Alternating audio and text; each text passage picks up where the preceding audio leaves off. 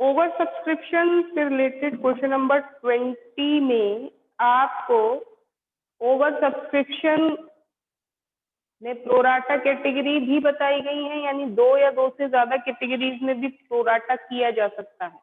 ये कैटेगरी क्या होती है? ये कैटेगरी होती है कि अलग अलग कैटेगरी वाइज हम शेयर होल्डर्स को शेयर अलॉट कर रहे हैं, और वो कैटेगरी होती है कि कुछ ने ज्यादा के लिए अप्लाई किया, उन्हें कम शेयर दिए कंपनी ने, और कुछ ने जो उनका रेशियो है वो दोनों कैटेगरीज में क्या होता है, डिफरेंट होता है। जैसे अगर आप क्वेश्चन नंबर 20 में देख रहे होंगे, कल भी जब इस क्वेश्चन को हम डिस्कस कर रहे थे कि 40,000 शेयर्स के लिए जिन्होंने अप्लाई किया उन्हें कंपनी कितने शेयर्स दे रही है, 30,000, और जिन्होंने 50,000 शेयर्स के लिए अप्लाई किया उन्हें कंपनी कितने शेयर्स दे रही है, 30,000। यानी इन दोनों की कैटेगरी अलग अलग है।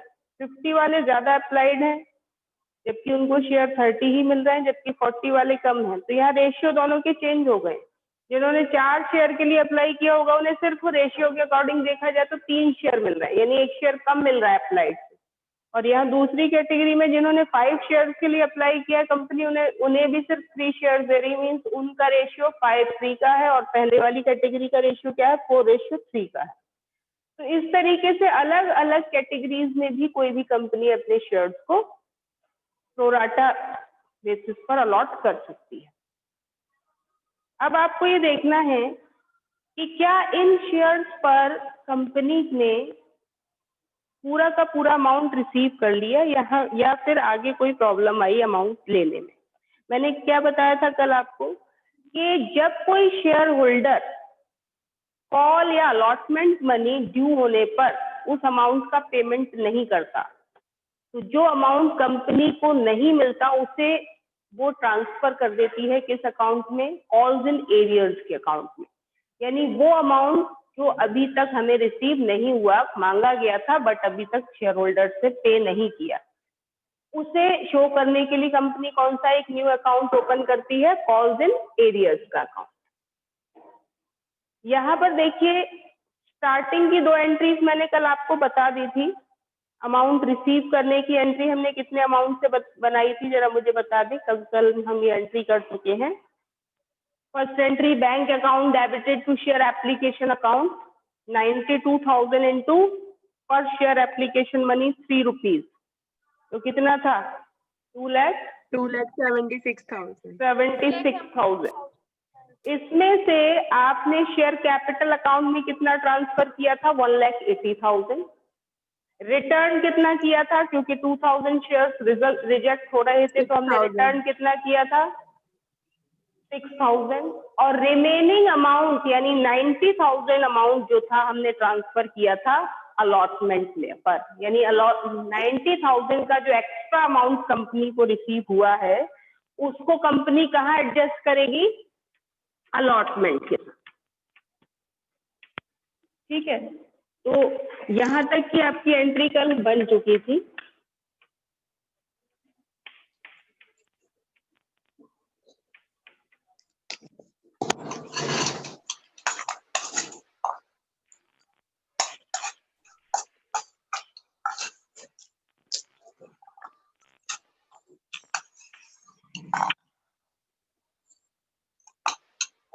अब आगे देखिए क्वेश्चन में क्या कहा जा रहा है। कहने से पहले ही हम पहले अलॉटमेंट मनी ड्यू कर लेते हैं, और चूंकि क्वेश्चन में शेयर प्रीमियम पर इश्यू हुए हैं और प्रीमियम अमाउंट कब मिलना है हमें, कब रिसीव करना है हमको, अलॉटमेंट के साथ लिखा हुआ है ना, 5 रुपीज हम प्रीमियम इंक्लूडिंग प्रीमियम 5 रुपीज कब ले रहे हैं, अलॉटमेंट के साथ। तो पहले अलॉटमेंट मनी ड्यू की एंट्री बना लेते हैं।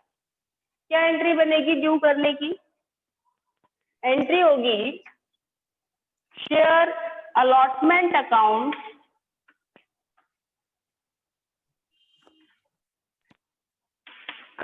Debited to share capital account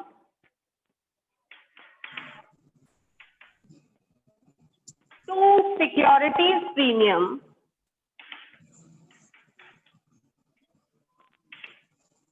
reserve account.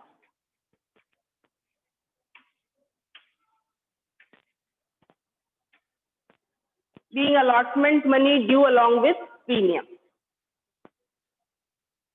Share allotment पर हम पर शेयर कितना कॉल कर रहे हैं, 5 रुपीज, जिसमें 3 रुपीज कॉल मनी है, फेस वैल्यू है सॉरी, और 2 रुपीज का क्या है, प्रीमियम अमाउंट है। तो आप टोटल अमाउंट कितना ड्यू करेंगे, अब जो भी मैंने कल बताया था जितना भी कैलकुलेशन होगा इश्यूड नंबर ऑफ शेयर्स के साथ होगा, तो इश्यूड नंबर ऑफ शेयर्स कितने हमारे 60,000 इंटू 5 रुपीज पर शेयर मांग रहे हैं, तो कितना रिसीव करेंगे हम, रिसीव नहीं हो रहा अभी, ड्यू कर रहे हैं 3 लाख रुपीज।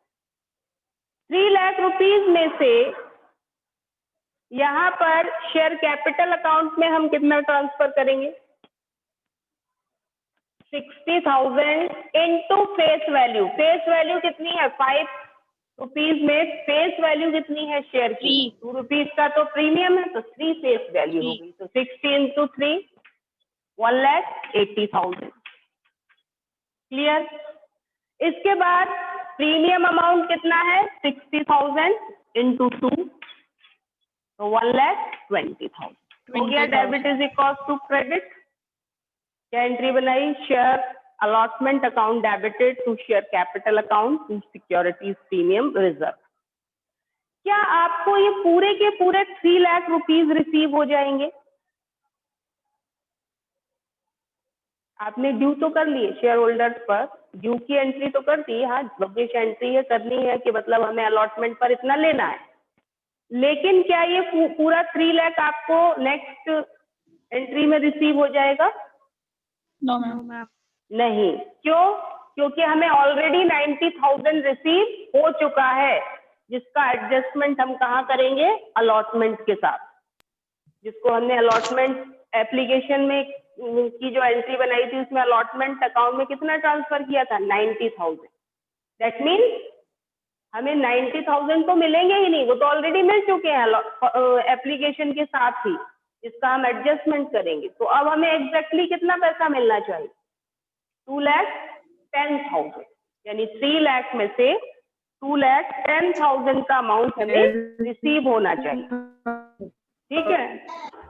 अब जिनके माइक ऑन है ऑफ करिए, जिनके माइक ऑन हो रहे हैं। अब इसके बाद देखिए आगे क्वेश्चन में लेकिन कुछ कहा जा रहा है कि क्या किसी शेयर होल्डर्स ने कोई अमाउंट दिया है या नहीं। तो देखिए, Mohan who had applied for 800 shares in category 1। Category 1 कौन सी है, जिसके बीच में 40-30 का प्रोराटा हुआ, ओवर सब्सक्रिप्शन की 40-30 प्रोराटा की कैटेगरी है, ठीक है। और Sohan who was allotted 600 shares in category 2, ये 2 शेयर होल्डर्स हैं, इसमें से एक मोहन है जिसने कितने शेयर्स के लिए अप्लाई किया था, 800 शेयर्स के लिए, और Sohan who was allotted 600 shares. यहाँ बहुत ध्यान से इन दोनों लाइंस को अंडरलाइन कर दो, इन दोनों वर्ड्स को। यहाँ पर मोहन के साथ लिखा हुआ है अप्लाइड और सोहन के साथ लिखा हुआ है अलॉटेड, इसका बहुत बड़ा मीनिंग है, तो इन्हें अंडरलाइन कर लें। और ये किस कैटेगरी का है, सोहन सेकंड कैटेगरी का है। फेल टू पे द अलॉटमेंट मनी, और ये दोनों ही अलॉटमेंट मनी देने में क्या हो गए हैं, फेल हो गए हैं, यानी इन्होंने अलॉटमेंट की का अमाउंट कंपनी को नहीं दिया। तो इसका मतलब इन शेयर होल्डर्स से कितना अमाउंट रिसीव नहीं हुआ, ये आपको पता लगाना पड़ेगा। अगर ये सिंपल क्वेश्चन होता, यानी प्रोराटा नहीं होता, यहाँ पर फुल सब्सक्रिप्शन का क्वेश्चन होता, यानी 60,000 ही इशू किए होते हमने और 60,000 ही पब्लिक ने क्या किए होते, सब्सक्राइब, तो आपको कॉल्स इन एरियर निकालने में ज्यादा प्रॉब्लम नहीं आती। तो आप क्या करते, सीधे सीधे जितने नंबर ऑफ शेयर किसी शेयर होल्डर को अप्लाइड को अलॉटेड होते हैं, जितने हमने उसे दिए हैं, उतने नंबर ऑफ शेयर से उस मनी को मल्टीप्लाई कर देते हैं जितना हमें रिसीव करना है अलॉटमेंट पर। मान लीजिए 600 इंटू क्या कर दें, सोहन वाले शेयर्स की बात करें तो 600 इंटू 5 कर दें, तो 3,000 रुपए कॉल्स इन एरियर सीधा सीधा निकल आता, क्योंकि वही उसने नहीं दिया। लेकिन यहाँ पर प्रॉब्लम क्या है कि ये वो शेयर होल्डर्स हैं दोनों ही जो प्रोराटा कैटेगरी के हैं और जिन्होंने एक्स्ट्रा अमाउंट एप्लीकेशन के साथ दे रखा है। तो हमें ये पता लगाना पड़ेगा कि इन्होंने कितना एक्स्ट्रा अमाउंट एप्लीकेशन मनी के साथ पे कर रखा है और एग्जैक्टली इनका कितना कॉल्स इन एरियर का अमाउंट है जो हमें रिसीव नहीं हो रहा। इसके लिए आप एक प्रॉपर वर्किंग नोट बनाएंगे। वर्किंग नोट किस तरीके से बनेगा? सबसे पहले हम मोहन का ट्रीटमेंट दिखाती हूँ मैं। यहाँ पर आपको मोहन का अमाउंट कैसे फाइंड आउट करेंगे। मोहन के अप्लाइड शेयर्स कितने हैं? Applied shares of Mohan is equal to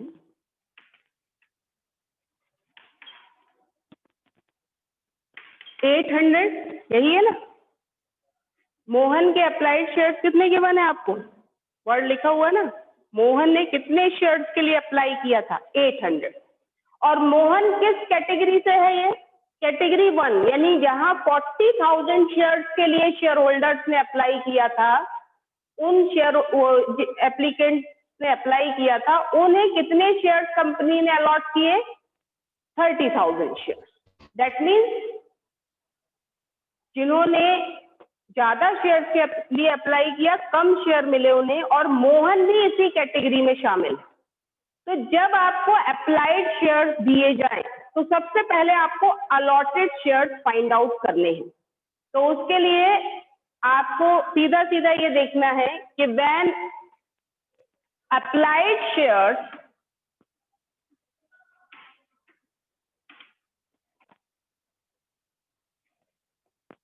$40,000, Mohan पहली कैटेगरी में ही है ना, तो हम उसी की कैटेगरी का ट्रीटमेंट करेंगे। Allotted shares is equal to, इस कैटेगरी में अलॉटेड शेयर्स कितने हैं? 30,000 पर। अप्लाइड से 40 और अलॉटेड कितने होंगे? 30,000।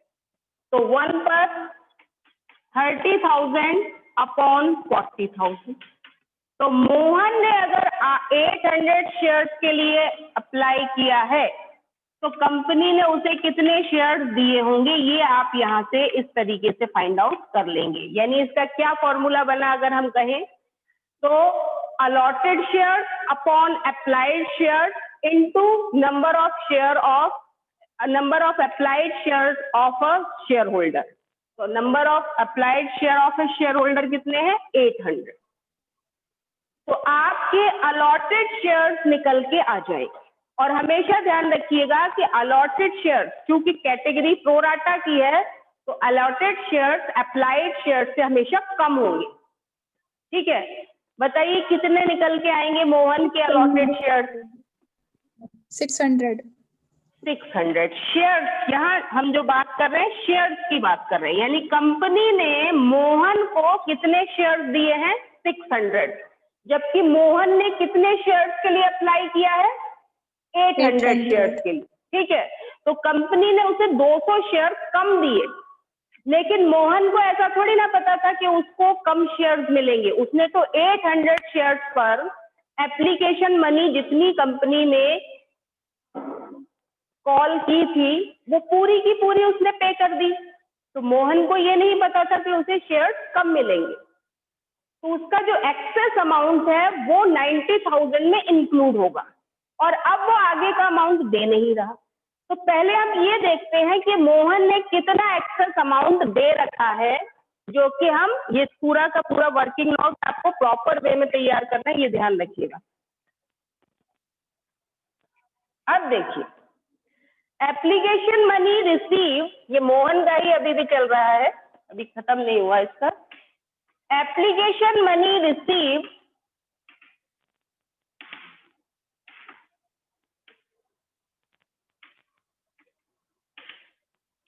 ऑन, मोहन के कितने शेयर्स पर एप्लीकेशन मनी रिसीव होगी बताइए, खुद सोच करके बताइए कि उसने 800 पर दी होगी या 600 पर? 800 पर। तो ऑन 800 शेयर्स 3 रुपीज से, और किस रेट से? 3 रुपीज पर शेयर से दी होगी। तो कितना दिया होगा? 2400 रुपीज दिया होगा उसको, जबकि उससे मिलना कितना चाहिए था? एप्लीकेशन मनी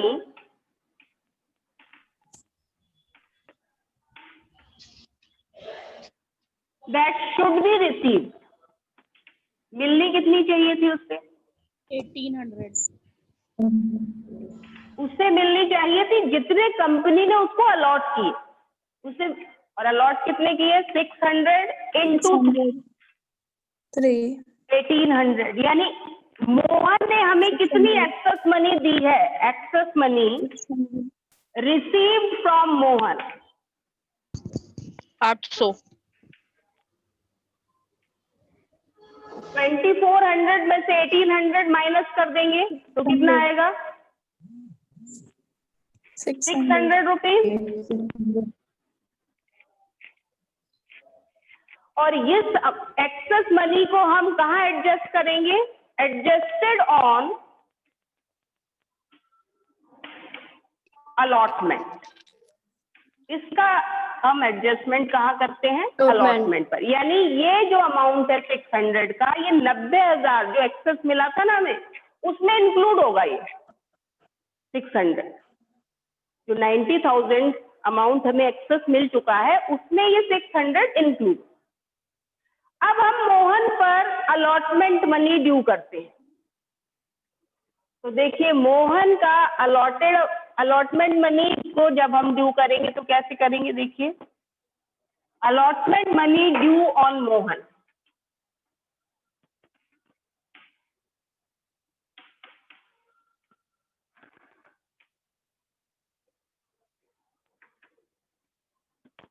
अब तो जो भी ट्रीटमेंट होगा उसके अलॉटेड शेयर्स के साथ होगा। उसके अलॉटेड नंबर ऑफ शेयर्स कितने हैं? 600।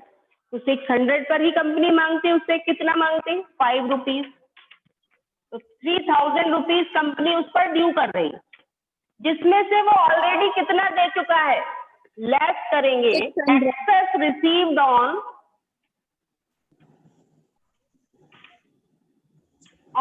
एप्लीकेशन। एप्लीकेशन पर ही मोहन ने कितना एक्सेस दे दिया था? 600। तो उसे कितना देना चाहिए था? 2400।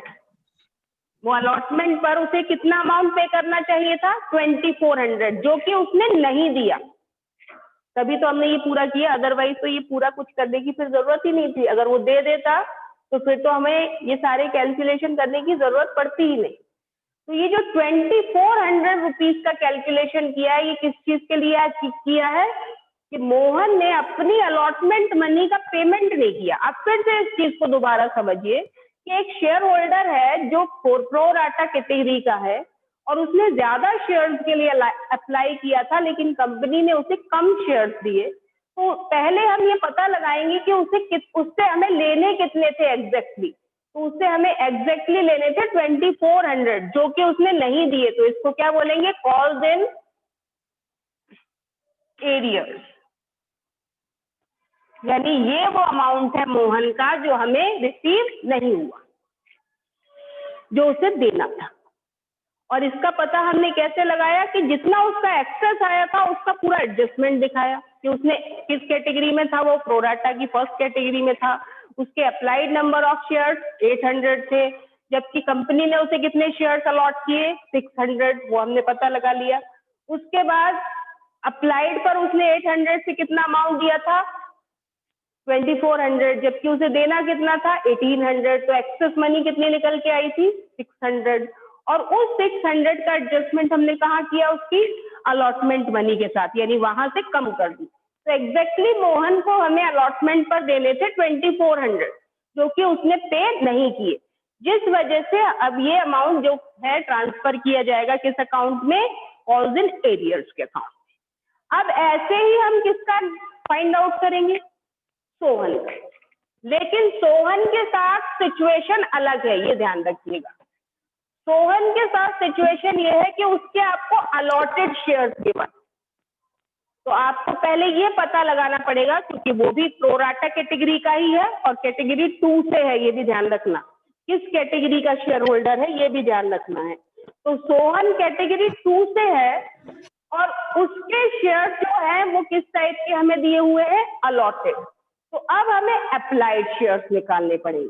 तो यहाँ हमारा वो वाला फॉर्मूला क्या हो जाएगा, रिवर्स। पहले वाले में हमने क्या फॉर्मूला लगाया था, हालांकि मैंने सिर्फ आपको डायरेक्टली अमाउंट से ही उसे बता दिया था कैलकुलेट करके, वहां फॉर्मूला लग रहा था allotted shares upon applied shares into applied number of shares of a share holder. यहां पर वही फॉर्मूला रिवर्स हो जाएगा। कैसे होगा देखिए, सोहन के लिए, सोहन के अलॉटेड शेयर्स कितने दिए हैं, Sohan allotted shares is equal to 600, यही दिए। तो अब आपको इसके कैसे शेयर्स निकालने हैं, applied shares. When allotted shares, पहले हमने क्या लिखा था, व्हेन अप्लाइड इतने तो अलॉटेड इतने, इस बार हम उल्टा लिख रहे हैं। अब क्या लिख रहे हैं, व्हेन अलॉटेड शेयर्स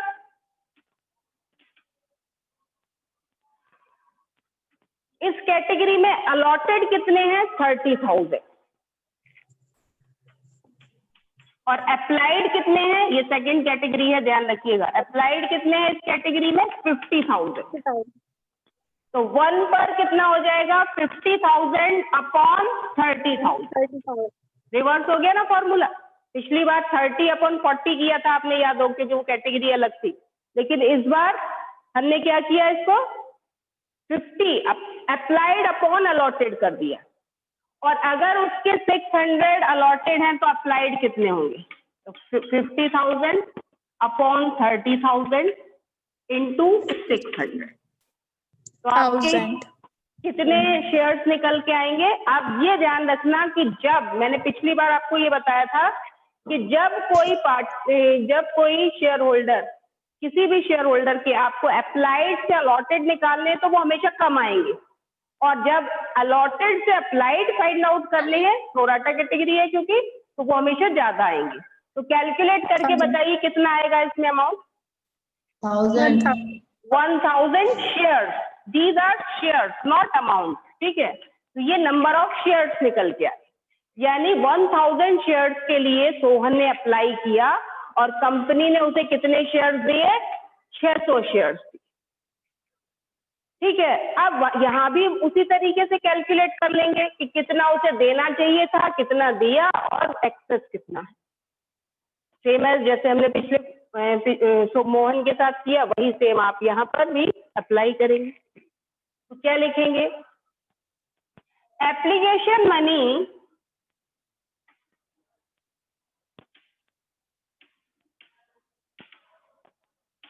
दो नंबर का वर्किंग नोट होता है कंपनी में, ये ध्यान रखना, और इसी टाइप का प्रॉपर बना के दिखाना होता है उनको। एप्लीकेशन मनी रिसीव ऑन, अब किस पर रिसीव होगी, 1000 शेयर्स पर, 1000 इंटू 3 यानी कितनी मिलेगी, 3000। और application money that should be receive, मिलनी कितनी चाहिए थी,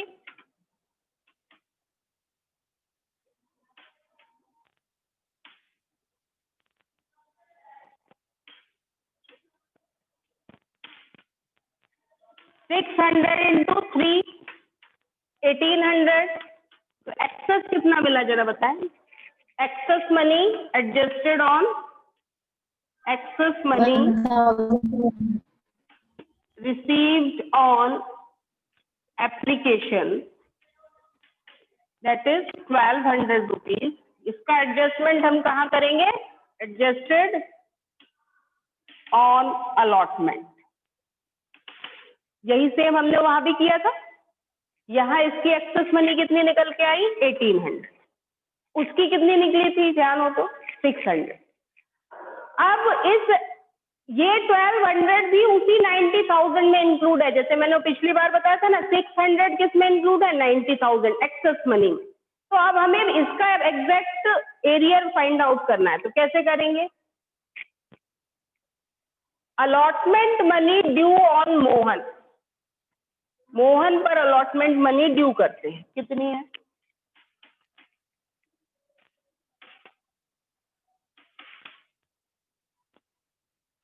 ड्यू। ड्यू अब कितने शेयर्स पर करेंगे, 600। 600 इंटू 5, अलॉटमेंट मनी का तो अमाउंट पर शेयर कितना है, 5 रुपीज है। तो 600 इंटू 5 कितना हो जाएगा, 3000। और एक्सेस मनी जो हमें पहले मिल चुकी है उसका यहाँ पर क्या करेंगे, लेस कर देंगे उसे, less excess money received on, कब रिसीव हो चुकी है वो, एप्लीकेशन। एप्लीकेशन। एप्लीकेशन के साथ कितना एक्सेस मिल गया था हमें, 1200 का कितना कॉल्स इन एरिया रह जाएगा, 1800। तो ये जो अमाउंट है इसे देने थे बट इसने नहीं दिए, कॉल्स इन एरिया। ऐसा हमने इसी क्वेश्चन में क्यों किया, क्योंकि ये ही वो क्वेश्चन है जिसमें आपको प्रोराटा अलॉटमेंट करना पड़ रहा है। आगे इस टाइप के बहुत सारे क्वेश्चन, पूरी कंपनी में इसी टाइप के क्वेश्चन मिलेंगे आपको ज्यादातर।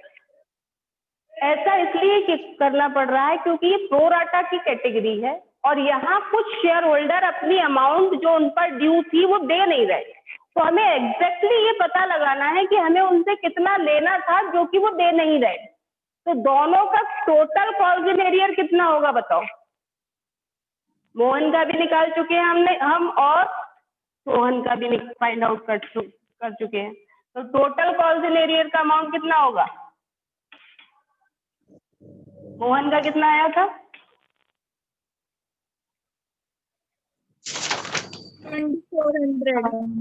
2400 प्लस 1800 4200, ये भी निकाला, टोटल हो जाएगा कितना, 4200। ये अमाउंट आपका टोटल कॉल्स इन एरियर का है, यानी 4200 रुपीज आपको अपने शेयर्स पर अलॉटमेंट के टाइम रिसीव नहीं हो रहे, जिसमें से 2400 मोहन नहीं दे रहा और 1800 कौन नहीं दे रहा, मोहन नहीं दे।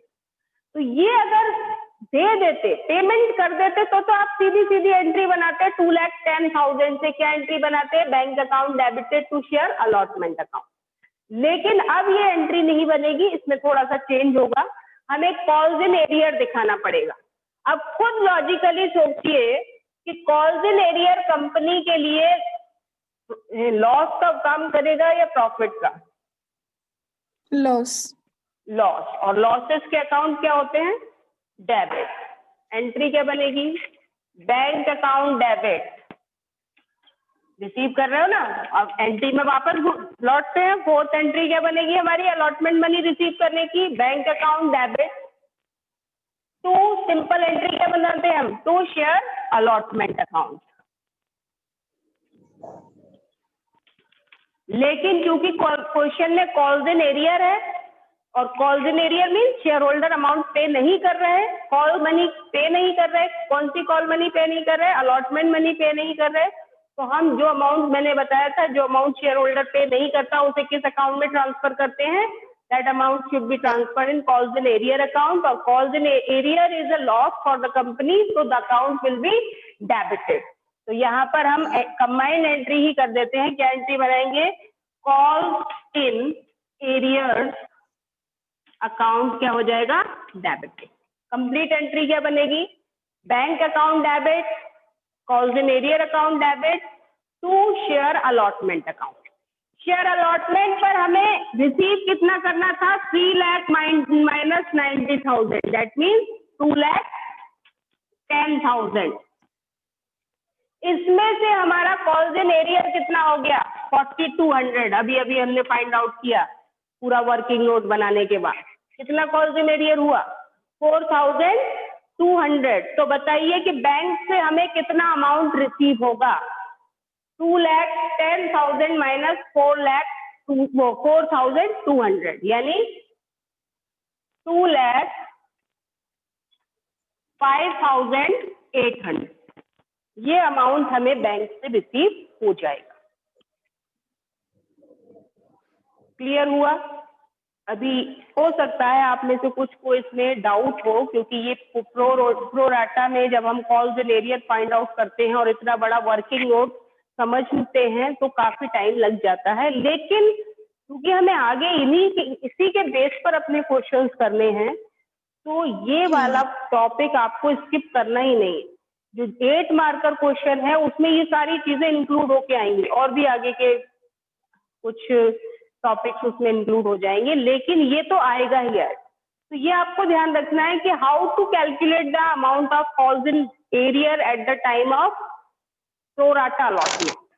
प्रोराटा अलॉटमेंट के टाइम पर, जबकि कैटेगरी वाइज या बिना कैटेगरी के ही प्रोराटा हुआ है, तो कॉल्स इन एरियर का अमाउंट हमें बहुत ध्यान से फाइंड आउट करना है, क्योंकि बहुत सारा अमाउंट जो है एक्सेस हमें एप्लीकेशन पर मिल जाता है, जिसका हमें पहले एडजस्टमेंट करना होता है, फिर एग्जैक्ट फिगर निकालना पड़ता है कि कितना है जो शेयर होल्डर ने पे नहीं किया।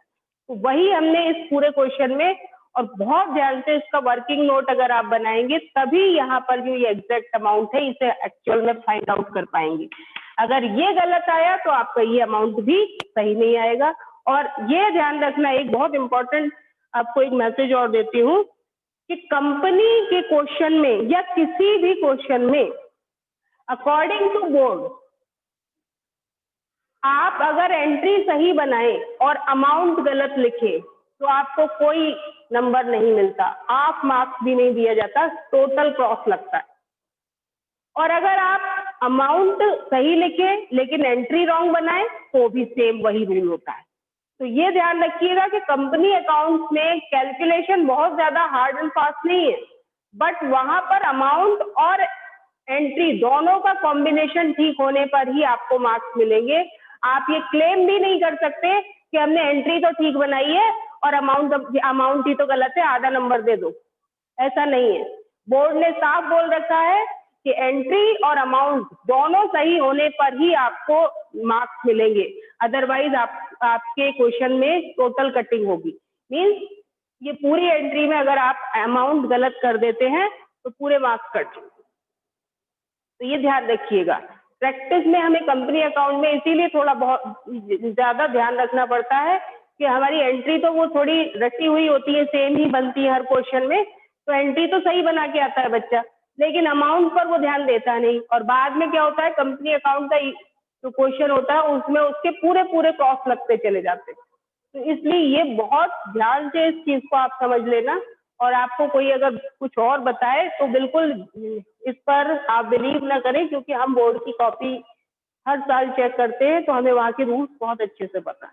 तो अमाउंट और एंट्री दोनों का ही कॉम्बिनेशन होना बहुत जरूरी है, अदरवाइज, और वो कब होगा, जब आप बार बार क्वेश्चंस करेंगे और बार बार आपके वो जो अमाउंट है वो कैलकुलेशन करने की आपकी हैबिट आएगी, वर्किंग नोट बनाने की हैबिट आएगी, उसके बाद आपकी कैलकुलेशन जब करेंगे तो बहुत ज्यादा हार्ड एंड फास्ट कैलकुलेशन है ही नहीं। आपको पता है एंट्रीज में आपको अमाउंट शो करना है, तो वो थोड़ा सा आपको ध्यान से करना हो। तो ये क्वेश्चन आपका यही कंप्लीट हो गया। आप चाहो तो नेक्स्ट 2 एंट्री बना सकते हो, लिखा है ना balance amount first and final call पर मिलेगा, तो वो एंट्री आप कभी बना लेंगे, वो सिंपल एंट्री नॉर्मल बनेगी। अब ये ध्यान रखिएगा कि मान लीजिए यही शेयर होल्डर चलो आज तो नहीं दे रहा, लेकिन बाद में पेमेंट कर दें, दोनों मोहन और सोहन दोनों पेमेंट कर दें अपने 4200 रुपीज का, तो ये कॉल्स इन एरियर अकाउंट हम क्या करेंगे, क्लोज करेंगे। मान लीजिए मोहन और सोहन फर्स्ट कॉल के साथ अपनी अलॉटमेंट मनी जो ड्यू थी वो भी पेमेंट कर दें, तो कंपनी की बुक्स में क्या एंट्री बनेगी, कंपनी की बुक में एंट्री बनेगी bank account debited to calls in arrear account, क्योंकि वो रिसीव होगा ना, तो वो कॉल्स इन एरियर का अकाउंट जो अभी डेबिट हो रहा है क्रेडिट होकर उसे हम क्या कर देते हैं, क्लोज कर देते हैं। यानी जब वो रिसीव हो जाता है तो वो अकाउंट अपने आप कंपनी बुक्स में क्लोज हो जाता है।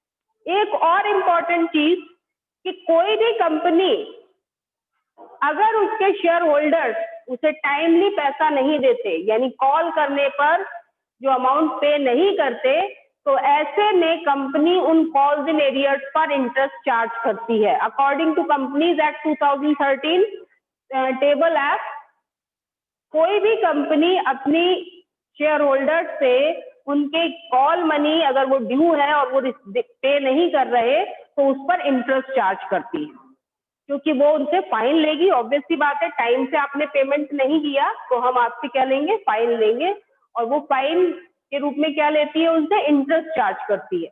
ये ध्यान रखिए।